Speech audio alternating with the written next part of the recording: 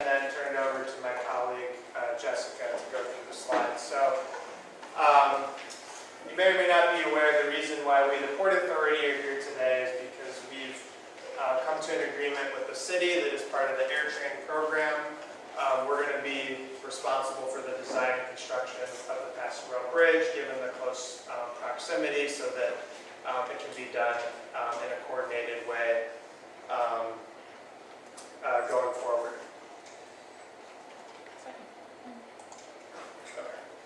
So just quickly, an overview of the AirTrain project. The goal is to increase the reliability of travel to the airport, providing a transit option. We have two stations on airport, Central Hall Station serving New Terminal B, and an East Station serving New Terminal C. And the alignment runs along the edge of the Grand Central Parkway and this park promenade area, cutting in front of the Pier 3 of the World's Fair Marina, and then into the Grand Central Corridor, elevated the whole way above this interchange area, and then cutting through some of the Mets parking lots, down at Willits with a station located perpendicular to the Long Island Railroad station here at Willits, with the connection to both the number 7 subway and the railroad.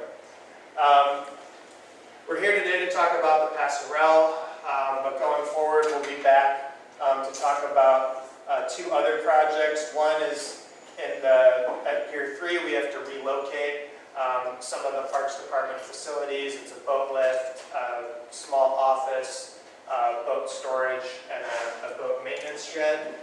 And then also, as part of what we anticipate will be the mitigation for the AirTrain project, we're looking to invest in an improvement to the full 1.4 mile length of the Flushing Bay Promenade. But today, focusing on the Passarella, and just a quick overview of Willits. We have the 7 station up here, Long Island Railroad station down here, AirTrain guideway and station coming in, essentially directly above where the Passarella is currently located. And then we have our operations, maintenance, and storage facility that will also include about 1,000 parking spaces underneath the maintenance tracks.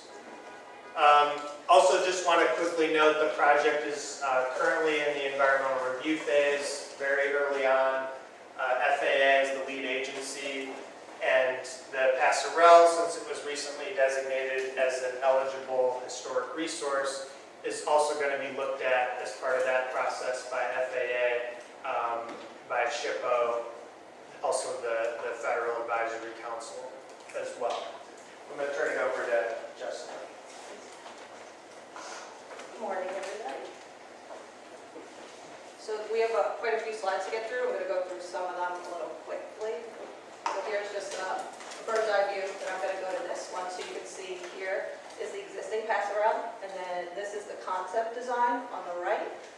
We connect to the 7 station over here, same location as it is today, and we're going slightly to the east next to the AirTrain station so that we can maintain that open air feel still. We're going into the Passarella Plaza in this generally the same location as today as well. You have the Long Island Railroad. There's connections, potential connections on both sides right now. You have this historic canopy. There's also one over here that I'll talk about in a little bit. Then there's a Parks Administration building here. It's one building actually connected underneath this ramp. And that'll be important to note later. And let's see.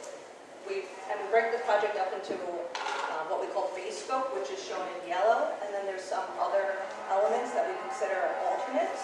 One being the historic canopy, but at this point in the project, we think that we're going to be able to include that as base in the project, that it'll fit in the design. And then there also may be some renovations to the building that might be alternates. So I just want to show you some of the existing photos. This one is that north interface in the 7 station. Here's walking now towards into the park. This is the Long Island Railroad at the canopy. Here you can see getting into the Passarella Plaza, and this is a picture during the US Open where you can see they use the large canopy to welcome people into the park, into the event.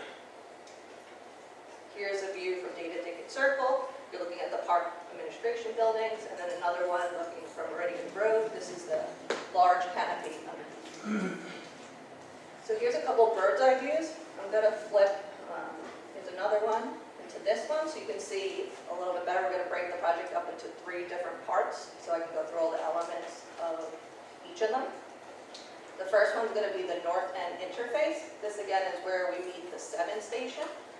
You can see conceptually the AirTrain guideway, and this is going into our maintenance facility, and then underneath is potential METS replacement parking and employee parking. These elements, which is important to note, they're all conceptual right now. We're showing a volumetric representation so that you get a sense of what it could look like. I'm going to go to the next slide. We removed the guideway, so it's a little easier to see. This too is an event-only platform for the number 7 line. So this area is only open during events.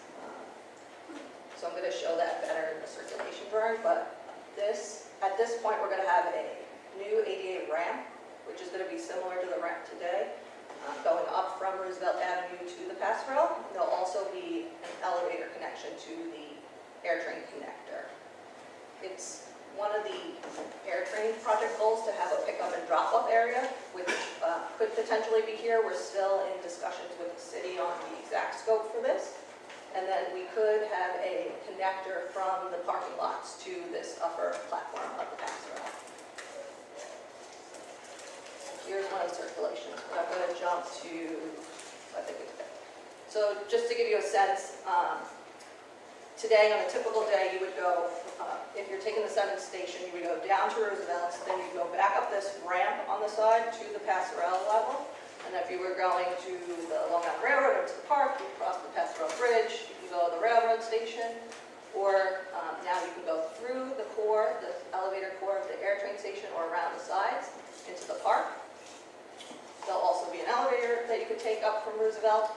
And then on event days, you can, this middle platform is open and the upper platform for the 7th station. So in the future, we're going to be talking to New York City Transit to see what kind of future operation we can have in this area. So here's just a rendering at the north end interface, and then walking across the Passarella Bridge. Now I'm going to get into the Passarella Bridge scope. So that's here. So like it is currently, we're going to maintain this 40-foot width for the new bridge. You can see, again, it's on the side of the AirTrain, so we can get that open air feel experience, similar to what's there today. And then we're going to be putting in new railing, new light poles. We'll also reinstall the flag poles, similar to what's out there today. I'm going to jump to the next one. And this is just to give you a sense of one of the concepts we're looking at for the railing. We're still trying to find the right balance between what's a code requirement and a DOT requirement versus what will give us the right feeling for the Passarella, what will give us the correct transparency. So we don't we'll focus on the railing, but here again you can see new railing. We're finding ways to maybe better integrate these flag poles and the light poles into the design so it's more seamless transition. And we're also looking at installing these new benches, which will meet the World's Fair style from the 1964. So the next section is the Long Island Railroad interface and this Passarella Plaza. So the railroad is currently looking at providing full service to the station. It's currently an event-only stop. So they're going to do platform and track improvements. There's also going to be some signal improvements, and they're currently in their concept is to install access and connection points on both sides. This is still being looked at as well, because we want to make sure it makes sense. But with the stations pulled back a little more off the Passarella, they'll be able to do all the queuing inside the station now, which is important, which will especially help during events. There'll also be new ADA upgrades at the station, so from the platform to and from the Passarella. And then for the Passarella Bridge, you can see we're trying to design it so it comes more on center. So you can go through the elevator core underneath the AirTrain station or around, and that'll give you that view of this historic canopy and then into the park. So you get that sense of arrival, that now you know you're here, you're at the park. These we included for reference, so you can see, based on our current design, what some of the slopes and dimensions are. Currently, we need to raise the mezzanine level, this plaza level over the Long Island Railroad tracks a little bit. We're trying to minimize the amount it needs to be elevated because that'll help with our transitions for the ADA ramps and access. So if we can minimize it, we can get more seamless transitions for the ADA ramps to make it closer to what it is today. So we're trying to maintain the most amount of open space that we can. So here's just another slide with some of the dimensions. You can see the elevation view. And then this gives you a sense of one of the ADA solutions we're looking at. Again, this is based on the current design information we have, so if we can reduce this elevation change, then we'll be able to get a smoother transition onto the building roofs and down into the park. And then you can notice over here, we don't have the other second canopy shown yet. We are looking to see if it can be placed in a similar location, or we want to make sure we find an appropriate location somewhere within the park possible. Here's just another view. You can see here's the building roofs, right down to David Dickard Circle. Here's a rendering, and you can see from David Dickard Circle, the park administration buildings, the ramp up, and the canopy. So view walking up into the canopy. And here's a view from the other direction. She walks through the ramp. So in addition to restoring this canopy, if the elevation change, if we need to, because of the elevation change, we're looking at some kind of more seamless transition for these foundations. This is just here for concept, but we want to make sure that it works. And again, you can see as you walk underneath this, you know you're at the park, you've arrived. We want to capture that sense of excitement. Here's just showing some of the potential scope items for the park buildings. We might be renovating the roof. And then here's just a view from Meridian Road to show you what it could look like compared to the existing. There's all the slides. So to get from the 7 to the AirTrain, can you show me how that's done? So based on the current operation of the 7 train today, there's no regular day access from the 7 line through this point in the Passarella. So you would have to go down to Roosevelt Avenue and come up a ramp that's on the side, or in the future when we have the elevator, you can go up the elevator. It'll take you to the connector, but you can cross over through the Passarella and come down the ramp. Like the AirTrain to 7, right? The AirTrain, so the other way. So the AirTrain station, say you come Long Island Railroad, you get off, there'll be elevators directly up to the AirTrain station. Underneath the guideway, there's a connector. You can kind of see it, this is the concept. So you would go to the connector to our elevators and then down to the platform level of the Passarella, and you'd have to go down and into the station. If it's not a good day. What's the distance? I don't know the distance offhand. The entire, 7 connection to the AirTrain. I think it's about, about 600 feet. Yeah. So, didn't you also say the Long Island Railroad now has no stop? yes. So they need to do these platform and But track they work. positioned the station on the railroad, right? Which has no stop. Yeah, the changes that we, Confused by that. yeah, the changes that Jessica was talking about to the railroad station, the tracks, the platform, that's so that they can provide regular service here. So the plan is for them to convert this from events to regular service. And they've agreed to that? I mean, You have an agreement from the Long Island Railroad to do that? yeah, so just to be clear, we don't, I mean, the MTA board has not officially approved this. We don't have a formal MOU with MTA at this point, but we have a high-level agreement from the So leadership. if someone's of coming by the MTA. subway, has to get off the subway, walk 600 feet to the station for the AirTrain? Yes. And you're sure that's a good idea? When you So- have no service now to the origin of the station? So, That's another issue. I'm sure you thought about it, just doesn't make any sense at all to me. Yeah, just to, on that point, so LaGuardia is very heavily midtown focused. It's by far the largest market for ground Sure. access. Understood. So when But the there's 7 is regular, a- 7 is a midtown subway. yes, yeah. So you but might come out on the 7 to go to the look. That's Because the only, train doesn't stop there. Right? the railroad will stop there as part of this When? project. So, When? so right now, the plan is when, upon the completion of east side access, they'll be able to provide regular service, which is currently slated for 2022. We're looking at opening service around 2024. So there will be 4 trains an hour service, 2 from Penn, 2 from Grand Central. It's 16 minutes from Penn or Grand Central right to Willits, and then 6 minutes to the airport. So that's why, That'd be great. I love the Yeah. idea. Don't get me wrong, it's a great idea. I just worry about its implementation. Well, we can't commit to this being open either right now because of the operation, the way the MTA operates the station. So if there's more staffing, the MTA, it's New York City MTA. Yeah. So, we will be talking to them about how to get maybe a better access to their operation. my dear. Yes.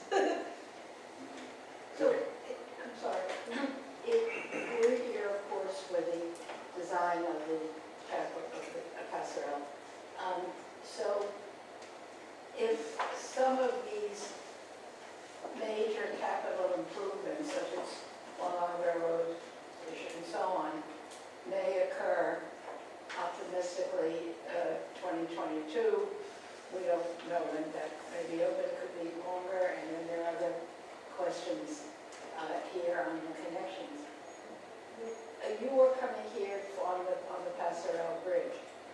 Do you expect to be implementing the design changes once you are through this process of the Passarella Bridge in what, 2 years, 3 years, or irrespective of the other capital improvements that will make for the connection and use by presumably hundreds, if not thousands, of people?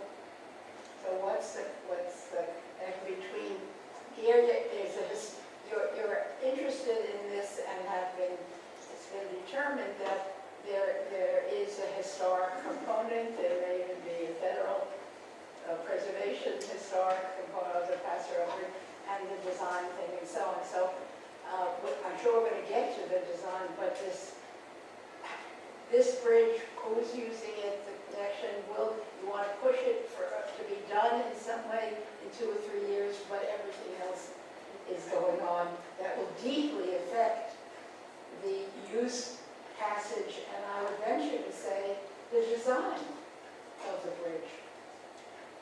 yeah, that's a great question. So from an approval standpoint, right now, I mentioned we're at the beginning of a EIS process that FAA is leading.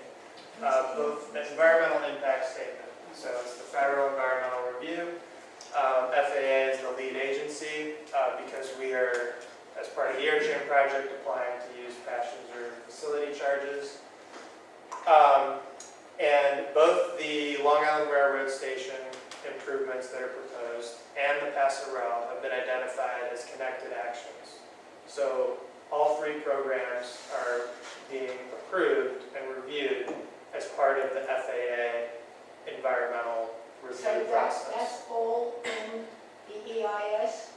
The FAA EIS, just what you said, including the design of the Passarella and all that, that's all within the disclosure document of the FAA with the details? Yes, so we'll go into much more detail with this group Right, on the specific design.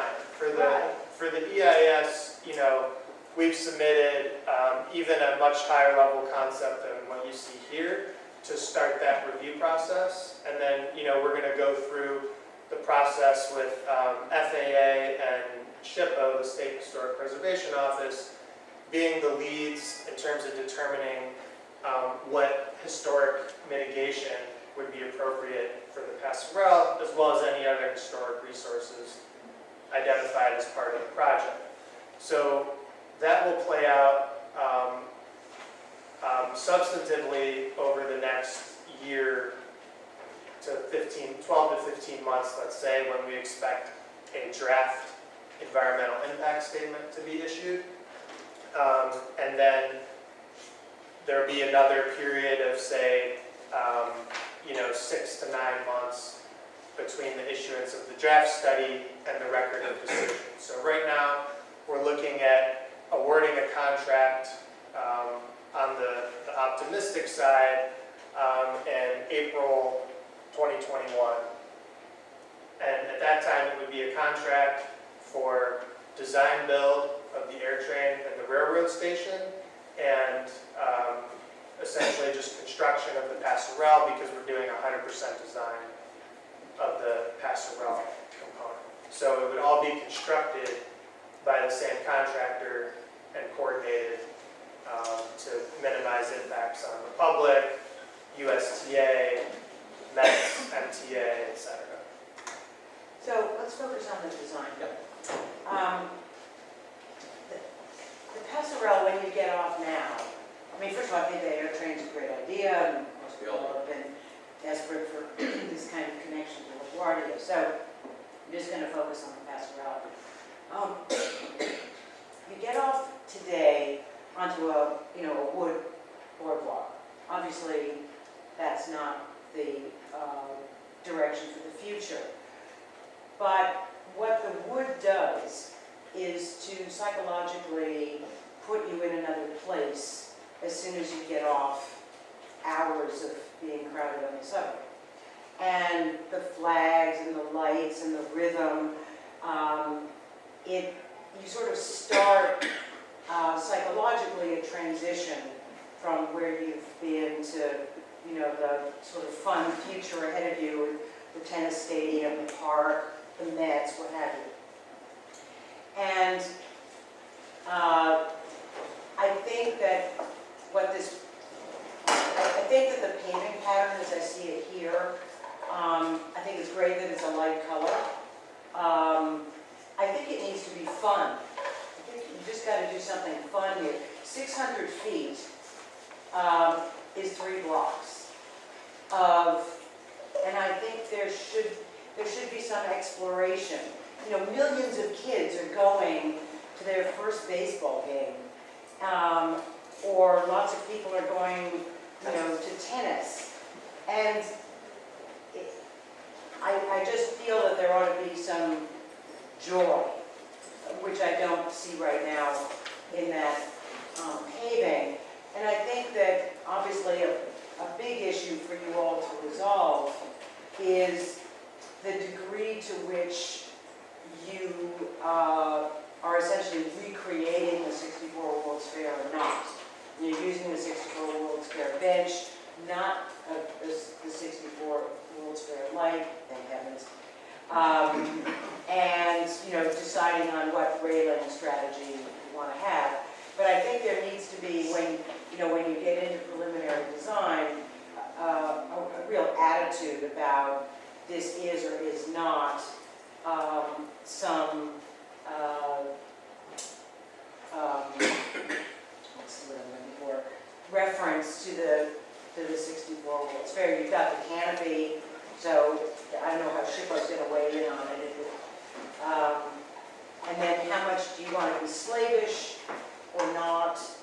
I would totally agree that an upgrade in lighting, as I'm seeing that you're kind of proposing, dark sky, all of that is certainly heading in the right direction. So, you've got to temper that with contemporary environmental benefit. Would you qualify for any infrastructure money should that bill be funded federally? And would it change the design or the scope? You're referring to the the big $2 trillion infrastructure package in DC. I don't believe so. It's not something that we are anticipating.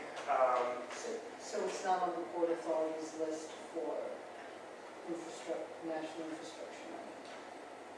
No, so our program, the AirTrain program is funded fully through the Port Authority capital plan, be a contribution from the airlines. And then the Passarella project is funded through the Parks Department budget, $124 million. I think, we're going to be getting smarter about the budget and the cost estimates as we get further into design. And we certainly want to push the envelope to the extent we can on design. One other thing that came up in one of our early discussions with SHPO related to the last comment is looking at, putting in pavers that look like a boardwalk. So something like that, we're certainly open to looking at that. But it shouldn't look like the Coney Island Boardwalk. No. Please don't do that. Noted. Is it, and I'll shut up after one more comment, I promise. Can we see the perspective of what the visitor will see as they walk toward the canopy, toward the park itself?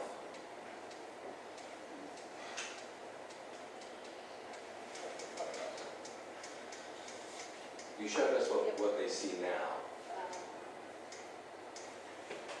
What we have now. This is one, but it's part of that. Well, can we go back to that one, because I think that's helpful a little bit. So there's So- this one. Again, perhaps I was overly zealous in my earlier comments, but the notion of placing 100% of the structure for the AirTrain on this plaza, which is the entrance to the park for everyone, and will directly impact, right? If you're standing where the number 1 is, right, which is the Passarella, then you're looking at number 2, which is the base of your new structure, right? Now maybe you'll have some views a little bit around it or whatever. And I guess the question that I was trying to allude to before is, from a design perspective, which is what this commission is about, have you given any thought to pulling back the large-scale structure so that it both equally serves the train station and the subway station, and doesn't have this one massive focus that it does? And then you would be, able to open that vista. I mean, you've gone to some trouble, or maybe it's required, to provide a view of the canopy, which is beautiful, seeing through the canopy into the grounds. You've saved the park maintenance buildings, which I think are lovely the other way. But you dominate that whole plaza with a large structure that could sit on further back on the bridge itself, right? You could pull that to more of a midpoint, and then you could open up that plaza so that people who are walking along the Passarella could sit in an open plaza and look through to the park. Can you go to the diagram that has the actual track alignment? Maybe it's helpful too. Pull back one.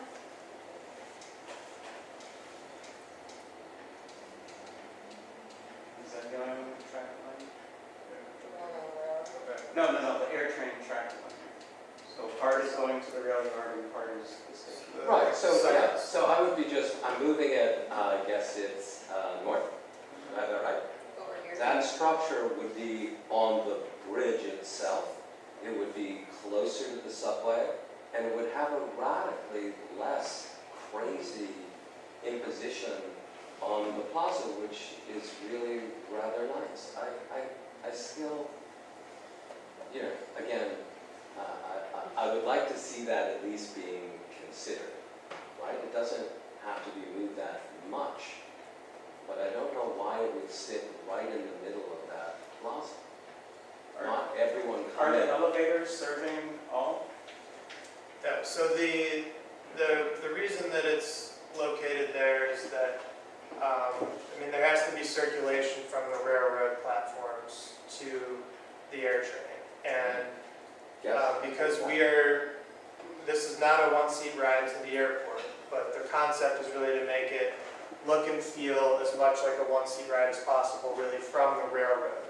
And so this vertical transfer is really critical to that, coming right up from the middle of those platforms, directly in to the AirTrain station, where you're basically right up at the station for a very seamless transfer. And then part of the issue from an operational standpoint is just that during events, for example, if we, I don't know, shifted this back and had had AirTrain passengers come up to this level and then have some circulation up to the AirTrain, it's just going to be a mess during events, which is right now 1 out of every 3 days per year and increasing as there's more events at Citi Field and in the park. So it was very important for us to segregate the AirTrain passengers from the event traffic. I think that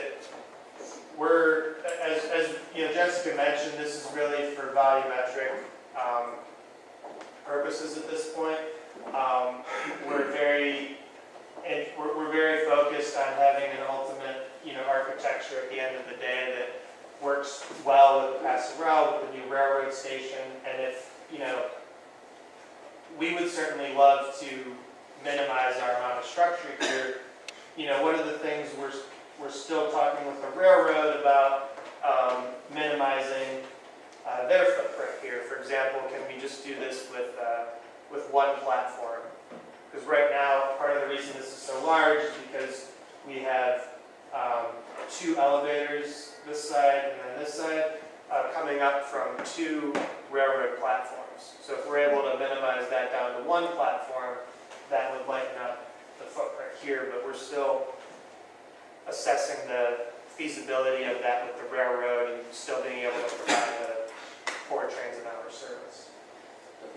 And 2 shifts to the west, and that ramp shift to the west so that there's a more central axis going through, or that's dealing with your footings into the I think it becomes a geometry issue with turning radius. I mean, if we were to really bend in this way, we have to avoid, with our columns through here, we have to avoid the 7-yard, which we're directly adjacent to coming through here. So I think we're about as far west as we can get. Without infringing on going ahead of your yard. So I guess you've responded nicely to the point, and that is, I think the commission is going to be interested in understanding better as the design evolves as to what the visual impact of the new AirTrain station is on the plaza in front of the entrance. And if you can think of ways of making it so that it doesn't seem as though you're walking into a structure that blocks your way for those people who aren't it, right? I mean, you're coming in to build an AirTrain, which we all believe is wonderful and fabulous, and we appreciate that, but there will be people still coming who will be going to Citi Field, and who will be going to the tennis, and who will be going to the park, and they shouldn't feel as though they're being oppressed by the AirTrain station. But if you're going to focus on that, that seems fun, but we'll be looking for that. Can you go to the rendering that shows the pedestrian view of the actual bridge? This is fine. Yeah, so one of the things that we wanted to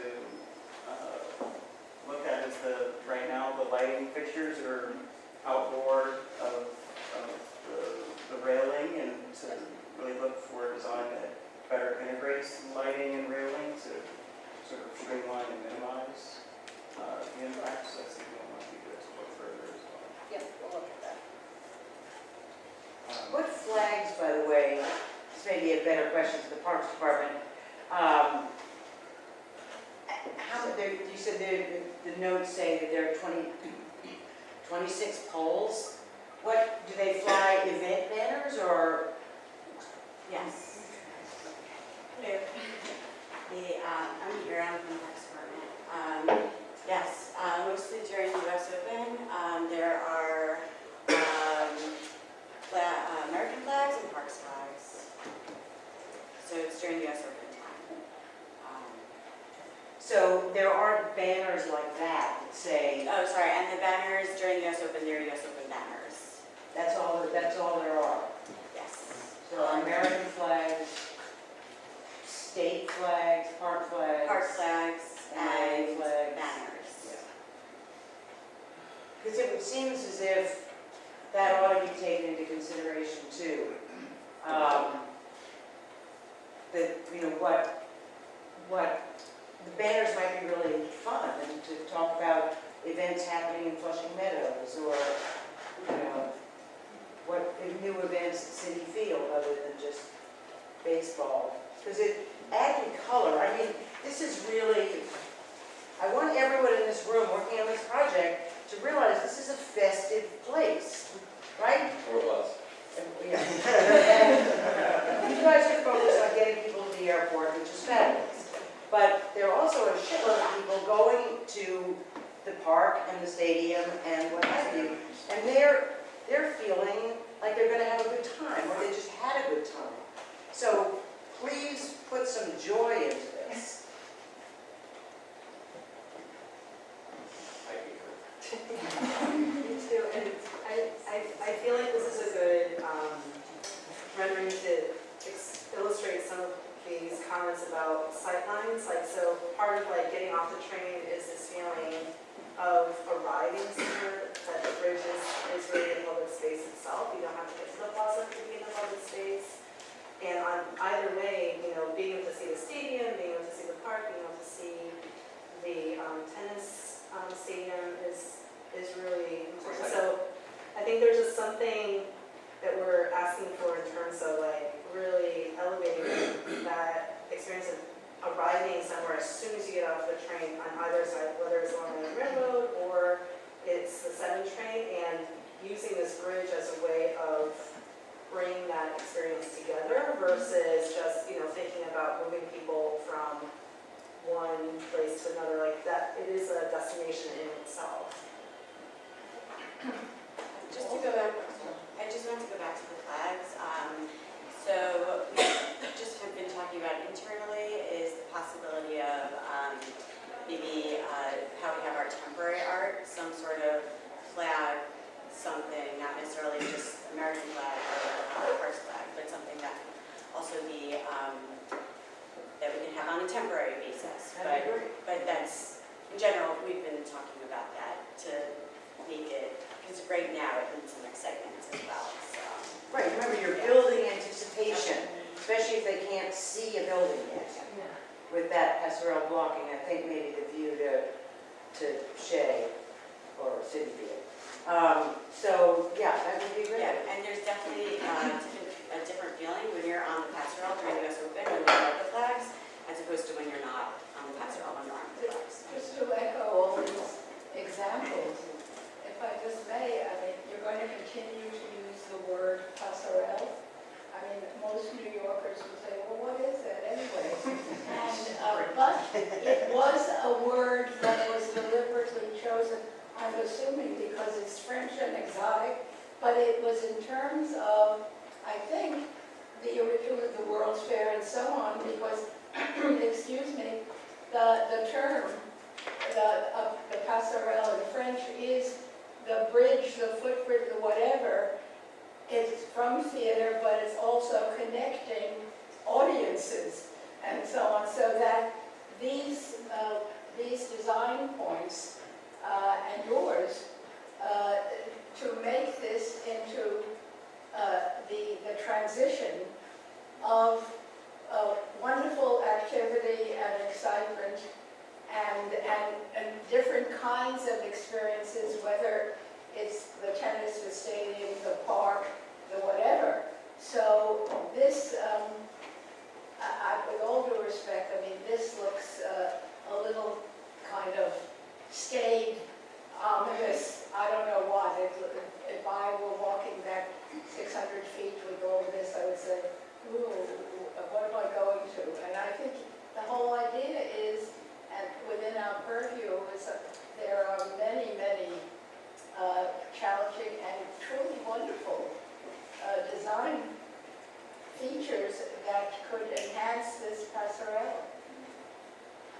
Well, it is conceptual, and so Yes, we're here to of give course. guidance. Of course, we understand, but we're just urging. Right, one more important point, the canopy, do you go to the rendering of that transition point? Actually, do under the canopy. Here, so we talked about the seamless transition, there's a lot of work needed for this. We agree this is not yet safe. And we are trying to get rid of it altogether.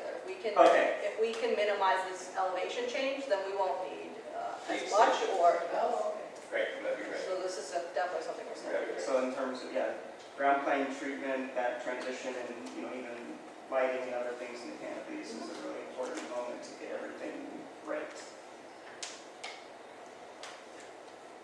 Great. I'm curious, the rooftops are huge. Do many people take the rooftop as an avenue for proceeding to the park? I believe we do something. Turn that back to the Parks Department to correct it. Because at the end, you're then faced with some small stairs to get down, is that right? Yeah, so, well, first of all, the view from those from the roof is actually pretty magnificent. People generally, when they're using this, there are two things that are happening. During everyday use, people are usually going towards either the UST Center or the parks offices. So they do take the steps on the side because it's just a more direct way of getting there. We do have steps on this side as well. Not so many people take, but it is actually a more pleasant experience. Personally. Right, and I think this is a good time to acknowledge too, because I don't think we mentioned this, may be obvious, but USTA has rights to the space during the open. So they're an important stakeholder as part of this process, and they do all of their customer processing through David Dinkins Circle. So this ramp down is really the primary entrance for USTA. I think there's also security posts up on the roofs during Yes. events, right? Right, and what I was describing is really a weekday, but during the weekend and during the US Open, the main way people come in is through the ramp. Any other comments? Okay, thank you very much. Appreciate it. Good morning, Commissioners. Morning, Joe. The Brooklyn Bridge Esplanade project is located on the East River, ranging from Peck Slip to the south, Catherine Slip to the north. The project site extends from the bulkhead to the eastern curve of South Street and is largely under the FDR and the Brooklyn Bridge. Gail Whitwer-Laird from Star White House will be making the presentation. Thank you, Gail. So I'm here to present the Brooklyn Bridge Esplanade. As she said, it's located underneath the FDR. The project is bookended by the two slips, Peck Slip and Catherine Slip. But it is also part of, as you well know, the East River Waterfront Esplanade Master Plan. This is actually the last segment to be built. It's the unfinished section of Esplanade. And here's a diagram showing the completed sections that actually go south Broad Street and then north to Pier 35, which just opened this spring. There's a section in construction now between Pike and Catherine that is building the bikeway with the East River Esplanade bikeway detail. And here's our segment here, right in the middle of the Esplanade. It's about 1,500 linear feet, so a little over a quarter of a mile. And the Esplanade itself in its entirety is 2 miles, so that just gives you a sense of scale of the East River Esplanade. This project is surrounded by a number of other projects that you've seen and will be seeing. Peck Slip will be in construction next year, which is directly across from the Esplanade here. The Tin Building, also a related project that will build the Tin Building and New Market Building. We'll finish this other piece of bikeway here. And then there's the Lower Manhattan, the LMCR Flood Protection Project, which will go from the Brooklyn Bridge. It ties in at the Brooklyn Bridge and goes north to Montgomery. So we are coordinating very closely with the other design teams on the related projects. We're looking at materials, access, everything from construction to programming and how the programming of the project works in relation to those projects. We are in the 100-year floodplain. We are not changing, this is not a flood protection project. We're not changing the elevation of the bulkhead. We're replacing in kind the paving and the sea rail to complete the Esplanade. The flood control projects like the LMCR and interim flood protection happen outside of this project. Because we know it's going to be flooded, we are mindful of the thickness of the paving. We are not putting any light fixtures in the ground. We continue lighting which is suspended from the FDR. So we've learned from the other segments and over time how to address the fact that it's going to be flooded. So that is part and parcel of our design. And I should mention, we have design continuity with shop architects and Arab on this, so we have a lot of kind of institutional memory of the other segments that have been built. This is a diagram of the existing conditions. In yellow is what's completely underneath the shade of the FDR structure. To the south, there's one little section which has a few plants now. That's the only part that gets any significant amount of sun and has amazing views of the Brooklyn Bridge. We did community outreach this winter with mobile tables, and even on a 30-degree day, there's a ton of people coming to this spot just for the view. And so I think 20% of our surveys that we took were from foreigners, so it was pretty interesting how important this spot is for the view of the bridge. Another component of this project is going to be creating access to the shoreline there. There's a tiny bit of natural shoreline, which the community loves to call its beach. And as part of the funding for this, creating shoreline access is included in the plan, and that was funded by Borough President Gail Brewer. Right now, the bikeway actually goes along the Esplanade. The sections to the south and the sections to the north, the bikeway has been moved to the curb line of South Street, so it separates pedestrians and cyclists better. I think when this was first built, there weren't as many people biking on the waterfront, and so the Esplanade that was built in the 90s, the bikeway is right up next to the Esplanade. So the goal of the master plan is to separate the two and to minimize those conflicts and have a continuous detail along the curb of South Street. So that's part of our plan.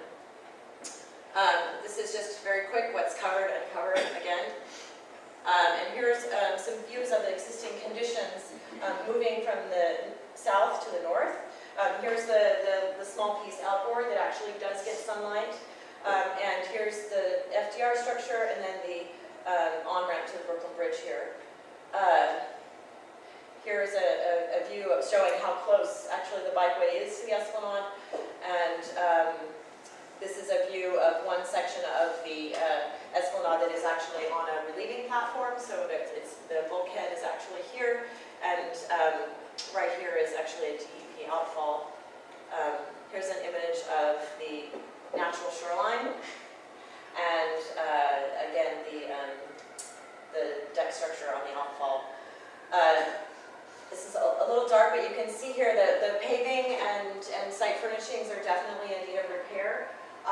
One thing, it came up at the community board, with all these other projects, why are we doing this? Well, we have to fix this Esplanade now. We need to connect the East River waterfront, get it into construction next year. These other projects have different time frames, and I think it's important to have the continuous Esplanade and the continuous bikeway for now. So a lot of this has been blocked off because of the painting of the FDR structure. That project is now complete and they're demobilizing. So this will now open up. So here is a view of Catherine Slip to the north, and here's the Esplanade immediately adjacent to Catherine's Slip. So this is a good photo because you can see, even though it is under the deck structure, it does get good morning light. There's actually some afternoon, so it's not as dark and foreboding as it might seem being an underneath structure. And if you look at some of the other segments that have been built, it's actually really popular. A lot of joggers, a lot of cyclists, and at both of our surveys and our community meetings, people really love the outdoor fitness equipment. This is part of people's daily routine. So based on community input and site analysis, we've kind of have these thematic zones in the park, if you will. The slips are where you're kind of gathering and connecting to the bikeway. So these are your important connections inland. And then the bikeway will go along South Street. And then to the north and to the south, we try to do as much active recreation as possible. The community really expressed an interest in that most of all. So this is an important, I'm going to spend a little bit of extra time on this because this affects how you see the plans. One thing that we also have to be mindful of here is all the DEP infrastructure. There are 2 combined sewer overflows here and 2 to the north. So we can't do any structures with foundations or anything very extensive on top of those structures. They're not moving. And then here, this yellow line is the current alignment. It may change of the LMCR, the Flood Protection Project. We are meeting on a regular basis with that team through EDC. We share plans back and forth, so our plans will acknowledge not only types of programming that will happen, they also will have active recreation on that side, but we're also agreeing on a footprint for construction, so there's a buffer. So once we build the Esplanade, we've made it so that there's kind of a clear line in the pavement so that we won't be disrupting what we've built while they build what they built. So there's a lot of coordination involved with this. One thing we're also looking at, which is really needed, are the crosswalks. There's only a couple of crosswalks, one at Catherine and one at Dover. We're currently doing a warrant study to add pedestrian signals looking at doing signals at Peck and at Robert Wagner as well. So I think as the Esplanade opens up and it increases in popularity, there's more and more traffic, cyclists and pedestrians going in. There's also several schools in the neighborhood that come across to use this area. So we are looking at proposing crosswalks. And then here again is the bike lane that will be shifted to the edge of South Street. We have 3 enlargements of the plan. Again, we'll work from the south to the north. This is the section in the north. Again, remember this is where the outfall goes. So where the outfall goes, we have color seal coat and pavement. We continue the oversized hex block, which is part of the palette of the East River Waterfront Esplanade, and we also continue these clustered seating and planting beds that are part of the details north and south. So there's a design language that we're repeating, and what we're adding in these 2 sections, I think, is more active recreation. There really isn't much of that in the other segments to the south, and there is some to the north. We'll have a small multi-purpose synthetic turf field. In Peck Slip, we're extending the patterning and the same paving. We have samples here that are being used in Peck Slip, so that sense of the open kind of piazza, if you will, extends across the street. And then for the rest of the segments, we continue the oversized text block. In terms of programming, we have the relieving platform, which will remain publicly accessible. We'll redo the surface of that relieving platform and add seating. And anything else in this section? And here we have created in this area where people congregate for the views of terrace seating, so you can sit and look out to the bridge. Here's a section showing the existing elevation, and this box here shows where the DEP infrastructure is, so what happens there. We did elevate slightly the turf and in the north the active recreation areas so that it can withstand the kind of shorter term flooding. 10-year floods, so it is up a couple of feet, but it's not going to withstand the 100-year flood. But the active recreation is slightly elevated in that area. Here's a view looking at the Peck Slip Plaza, and the next section, the center section. Right now, there's a parking. I should mention that. The parking currently extends from the Brooklyn Bridge all the way down to Peck. We're reducing the footprint of the parking, and it is now centered underneath the Brooklyn Bridge. So it's not in anyone's back door, if you will, but it is a requirement of the project to keep the parking, and will be managed by the EDC's Asset Management Division.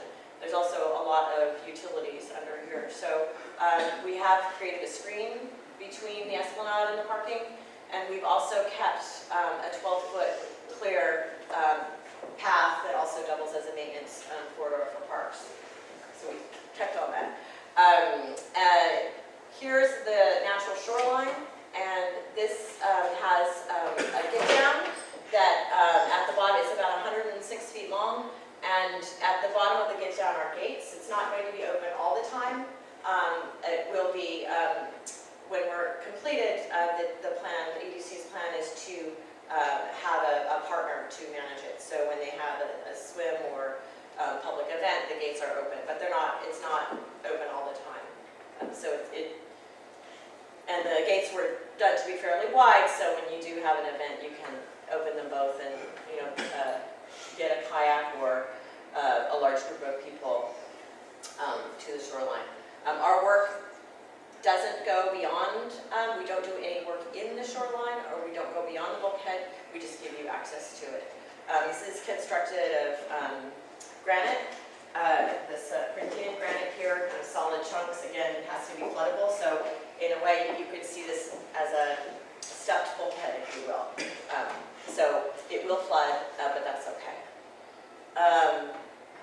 Further to the north, there's an image of the get down in the natural shoreline. It's not a very good grade change. There's 3 feet of grade change. And here's a side view of that area, a green screen of the parking, and then these seating curbs. So you can sit there closer to the water even when the gates are closed. To the north, here's the line, the tentative alignment of the LMCR project. It becomes quite narrow here, but we do have just enough space to have this clustered seating and planting. Here we have a fish out, and we have an ADA accessible, the rail is lowered so you can fish with a wheelchair, and a fish cleaning station, and then some large movable tables, sort of a picnic area, a gathering area. There's some basketball courts, which we actually put the hoop towards the water with some fencing so that the construction impact won't affect the basketball hoops.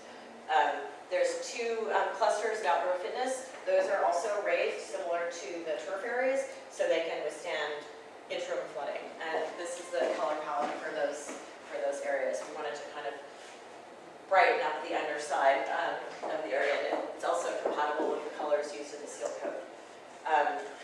Paving is all of the oversized text block, and then there's some areas where the fish out are where we use the lighter granite of the same granite used in the south. So there's an image of that area. So here's the future flood protection project, and here's the half-court basketball court and the 12-foot wide Esplanade. And there's an image of that area. And here is the site furnishings palette. So many of you may be familiar with the palette, but the planter bench combination is an important detail for the Esplanade. One of the things that it achieves is it actually gives you soil volume. By having the curb seating, we're able to build up 18 inches of soil that we wouldn't have on the Esplanade otherwise. So there's an image of that just south of Peck Slip, and this is some of the recent furnishings that have gone in near Pier 35. The planter bench seating is made of high-performance concrete, and the sections to the south did flood during Sandy. Neither the hex block nor the furniture was compromised, so it's a good thing. We are changing the slats in this segment. We're changing it to recycled plastic lumber. It's requested by Parks to really adhere to the no tropical hardwood policy. As well, it's easier for them to maintain a material that's readily available in custom sizes. So we're keeping the design, but we're changing the material. Here's an image of a completed bikeway section to the south. It has a rumble strip of pavers and then an asphalt bike lane. And then here's an image of some basketball courts that are done to the north. The lighting will be all either strip lighting or canister lighting attached to the other side of the FDR. There is no in-ground lighting in this project. And that was, there's an agreement with State DOT to be able to do this, which was established in the earlier segments. We're just completing it. We will be increasing the level of light at the areas where there's active recreation. We're able to have it so there's a little bit higher level than just the pedestrian level of lighting, which would be useful in those segments. So here's an image of the hex block pavers, the oversized hex block pavers. This is the granite pallet from Pexlip that's being carried over. And here's the areas where we're using just the lighter granite around the terraced seating. And these are the color seal coat colors and the safety surface colors. Here's a close-up of the bikeway, standard DOT city racks. And again, the safety surfacing to the north. Same. This small turf area won't be striped. It's really meant to be for flexible play in the morning. You could have a yoga class. It's really just an open, raised, flexible space. This was really in response to Community Board 1 and the local schools there, that they crave open space down here. So having flexible, active recreation area is very important to them. Here's the existing detail to the north, which will be repeating that same type of grading on the relieving platform and CSL outfall to the south. Image of the green screen, which will be placed between the parking and the Esplanade. And then the C-rail.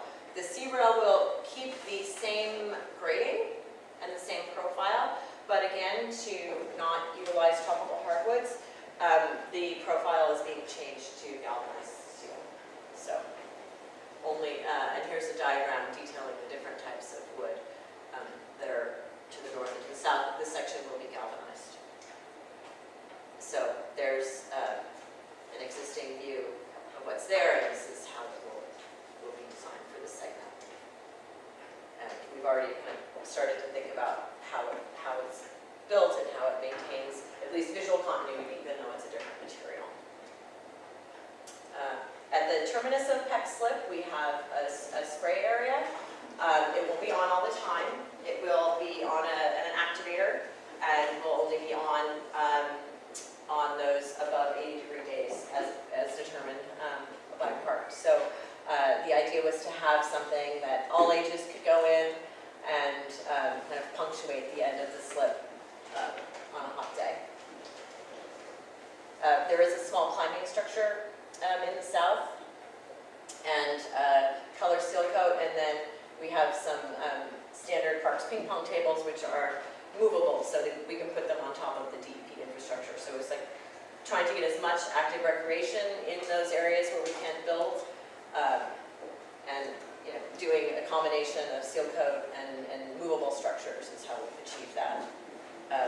We're using the same drinking fountain and bottle filler that's found in other segments, and here's the suite of outdoor fitness that we're using in this section.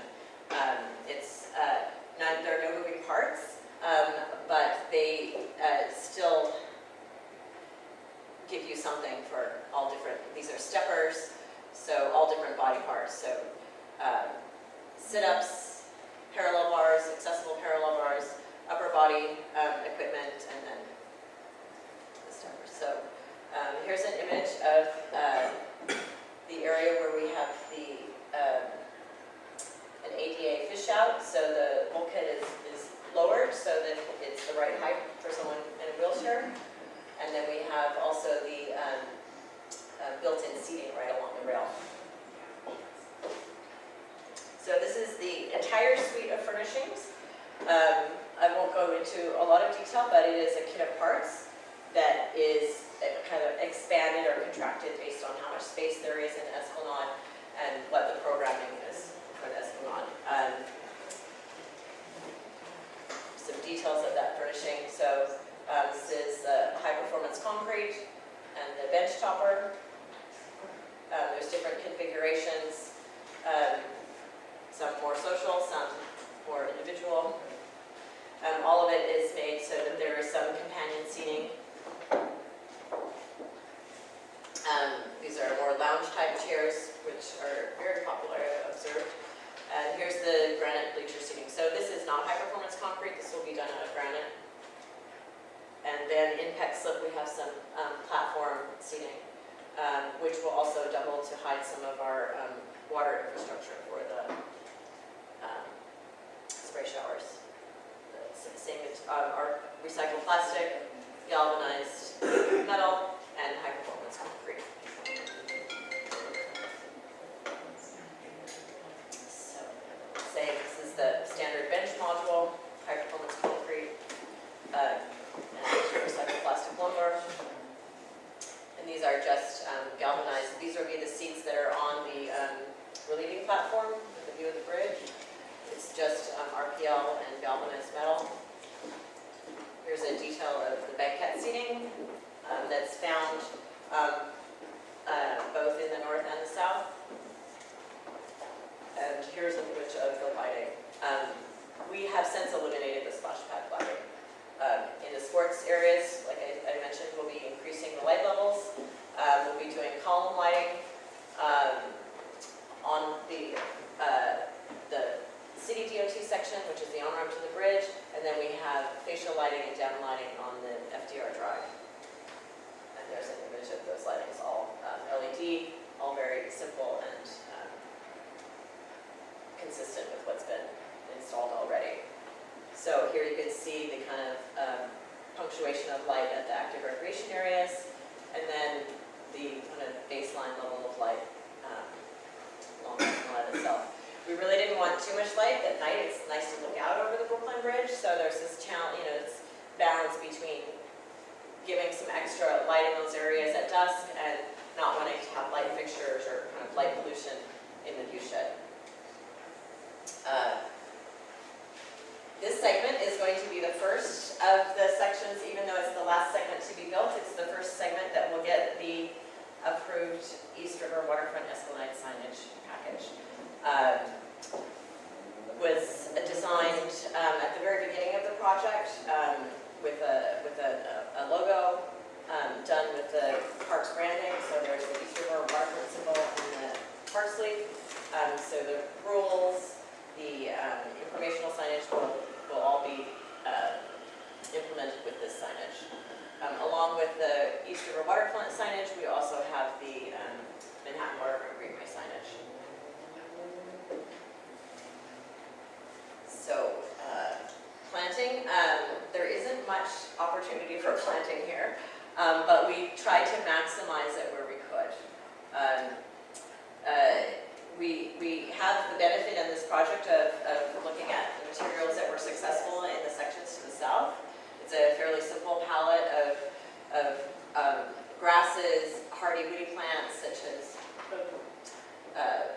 Ilex glabra. Witch hazel does really well out there, and these Hollywood junipers have withstood a lot, and they're really thriving. So we've repeated that plant palette and with some ornamentals as the project space allows. Here's the vines proposed for the green screen at the parking area. And then to the north, there are planting beds, but that get more shade than the sections to the south, so this is the palette of shade-tolerant herbaceous plants and shrubs that will be used in that area. So that's all I have, and I'm happy to answer any questions. And Steve Whitehouse is here, and Dorothy McCausland from our office, as well as EDC. You've been so thorough, I can't imagine. Nothing to the imagination. We've gone to the community board a couple You're of excited times. about it. I know you're excited about it. It's nice to see something finished. You know, it's beautiful. It's a beautiful piece of waterfront, so it's nice. It's very. I do need access 24 hours a day. I do have one question. I think first of all, I would just say that you've done a good job balancing what's been with what needs to change for the future, and I can fully sympathize with the coordination aspects of what you're doing. The only area I'm a little bit concerned about is the terminus, I think, of Peck Slip with the spray shower. There was an image maybe toward the end. So there's certain places where you've got this 12-foot clear, and then at Peck Slip it seems to only be 8. There we go. Yeah. So I think the 12-foot clear actually goes behind here and comes through here. Can't see it on this plan.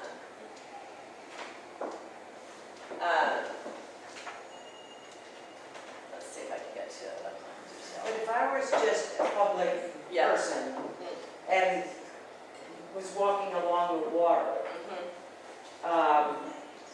and there's kids like all buzzing around this water feature, 8 foot doesn't seem like enough. And plus, the planter that's to the south,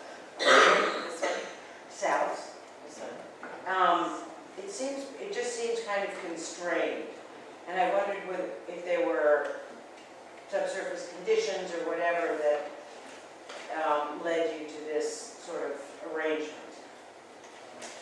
So the intent, because this is all underneath the structure, we wanted the spray shower to be in the sunniest spot.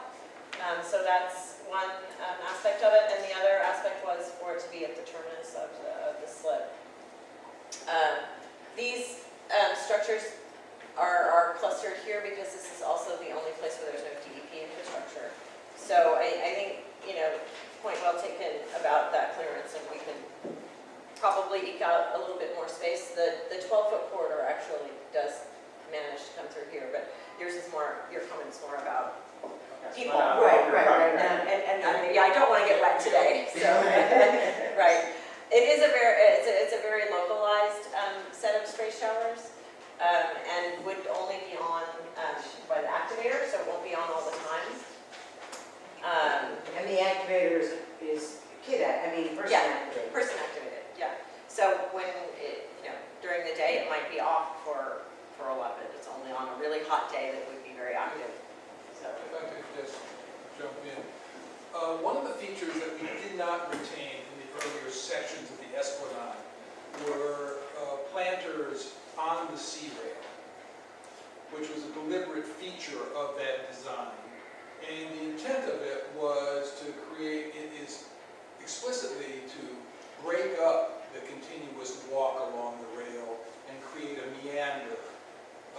It created some other operational issues about parapet heights and code issues and things like that. So it was, what you are pointing out at the south side of Peck Slip is in fact a deliberate compromise there, that we're taking the maintenance route, steering it inland before the end of that cove, and trying to create a more intimate spot next to the water instead of planting right at the water with that 8 foot there. So it's really not, it's a little bit, if you think of a stream, it's more of an eddy in the stream rather than the main stream right there. And we're trying to make it a little bit more intimate to the sea rail and to the edge. So you're right, it's a deliberate, the shift from the 12 foot to the 8 foot in that corner But you see, if I was walking, pointer. You want to, Yeah, you great. want to, If I were walking here, because all of a sudden it gets a little extra wide, I might start thinking, well, I'll just do that, but then I'll end up in the middle of the playground. So it seems a little confusing as to where I should be headed. And so, I might want to decide to go this way to get back out to the water. I don't know, and that dimension seems, I don't know. I just look at it again. I'm looking at it now, and one of the things that happened, we had 3 of those sort of platform structures there. And they shifted seaward when we got the information. Maybe we ought to rethink that and make that 2 of the one on the left side instead of 2, and just open up that passage a little bit more. Remove one of them, slide the angled one sort of up and away, and open that up. That might address that concern. Right, but otherwise, I think you've done obviously a really good job of talking with the community, getting input, coming up with creative ways to use space under the structure. As I said, I understand all of the subsurface limitations as well as the surface limitations. And, I think in the main, I think it's going to be a wonderful asset to something that today I agree with you. Seeing it complete will be really wonderful. So, thank you. Thanks to the whole team. thank you. So the public meeting is now commencing with the consent agenda, and today we're looking at 27040 to 27066. Please note that item 27055 has been withdrawn, as well as the conditions of approval as recommended by the various committees and recusals. Staff has noted Commissioner North's recusal from item 27065 and my recusal from 27061. Are there any others that are not noted? All right, for the record, there are no further recusals, and for the record, no members of the public have signed up to testify on any of the consent items. Does anyone here wish to testify? No, let the record show none of the commissioners wish to testify. Will someone make a motion to approve? So moved. A second? Second. All in favor, please raise your right hand. Thank you. We have unanimous approval.